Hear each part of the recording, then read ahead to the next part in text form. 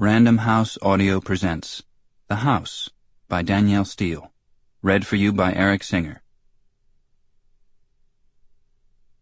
Chapter 1. Sarah Anderson left her office at 9:30 on a Tuesday morning in June for her 10 o'clock appointment with Stanley Perlman. She hurried out of the building at One Market Plaza, stepped off the curb, and hailed a cab. It occurred to her, as it always did, that one of these days when she met with him, it would really be for the last time. He always said it was.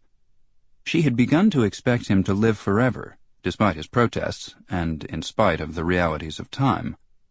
Her law firm had handled his affairs for more than half a century. She had been his estate and tax attorney for the past 3 years. At 38, Sarah had been a partner of the firm for the past 2 years, and had inherited Stanley as a client when his previous attorney died. Stanley had outlived them all. He was 98 years old. It was hard to believe sometimes. His mind was as sharp as it had ever been. He read voraciously, and he was well aware of every nuance and change in the current tax laws. He was a challenging and entertaining client. Stanley Perlman had been a genius in business all his life. The only thing that had changed over the years was that his body had betrayed him, but never once his mind. He was bedridden now, and had been for nearly 7 years. 5 nurses attended to him, 3 regularly in 8-hour shifts, 2 as relief. He was comfortable most of the time, and hadn't left his house in years. Sarah had always liked and admired him, although others thought he was irascible and cantankerous. She thought he was a remarkable man. She gave the cab driver Stanley's Scott Street address. They made their way through the downtown traffic in San Francisco's financial district and headed west uptown toward Pacific Heights, where he had lived in the same house for 76 years. The sun was shining brightly as they climbed Nob Hill up California Street, and she knew it might be otherwise when they got uptown. The fog often sat heavily on the residential part of the city, even when it was warm and sunny downtown. Tourists were happily hanging off the cable car, smiling as they looked around. Sarah was bringing Stanley some papers to sign, nothing extraordinary. He was always making minor additions and adjustments to his will. He had been prepared to die for all the years she had known him, and long before. But in spite of that, whenever he seemed to take a turn for the worse, or suffered from a brief illness, he always rallied and hung on, much to his chagrin. He had told her only that morning, when she called to confirm her appointment with him, that he had been feeling poorly for the last few weeks, and it wouldn't be long. "Stop threatening me, Stanley," she had said, putting the last of the papers for him in her briefcase. "You are going to outlive us all." She was sad for him at times, although there was nothing depressing about him, and he rarely felt sorry for himself. He still barked orders at his nurses, read the New York Times and the Wall Street Journal daily, as well as the local papers, loved pastrami sandwiches and hamburgers, and spoke with fascinating accuracy and historical detail about his years growing up on the Lower East Side of New York. He had come to San Francisco at 16, in 1924. He had been remarkably clever at finding jobs, making deals, working for the right people, seizing opportunities, and saving money. He had bought property, always in unusual circumstances, sometimes preying on others' misfortunes, he readily admitted, and making trades, and using whatever credit was available to him. He had managed to make money while others were losing it during the Depression. He was the epitome of a self-made man. He liked to say that he had bought the house he lived in for pennies in 1930, and considerably later he had been among the first to build shopping malls in Southern California.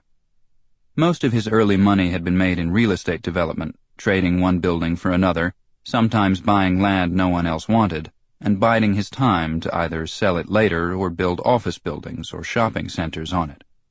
He had had the same intuitive knack later on for investing in oil wells. The fortune he had amassed was literally staggering by now. Stanley had been a genius in business, but had done little else in his life. He had no children, had never married, had no contact with anyone but attorneys and nurses.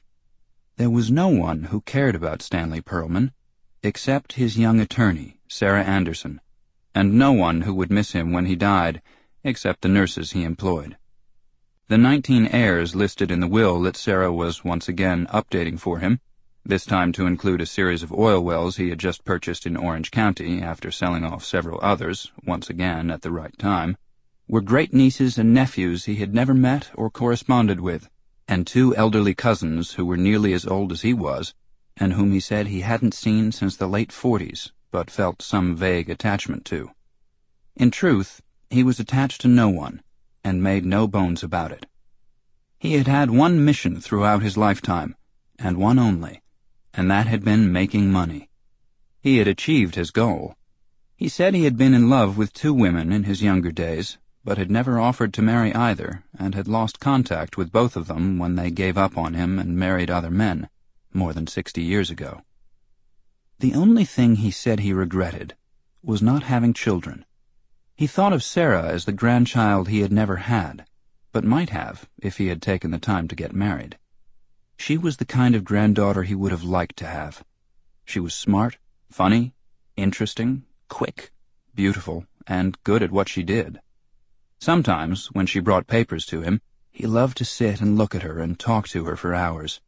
He even held her hand, something he never did with his nurses. They got on his nerves and annoyed him, patronized him, and fussed over him in ways he hated. Sarah never did. She sat there looking young and beautiful, while speaking to him of the things that interested him. She always knew her stuff about new tax laws. He loved the fact that she came up with new ideas about how to save him money. He had been wary of her at first, because of her youth, and then progressively came to trust her in the course of her visits to his small, musty room in the attic of the house on Scott Street.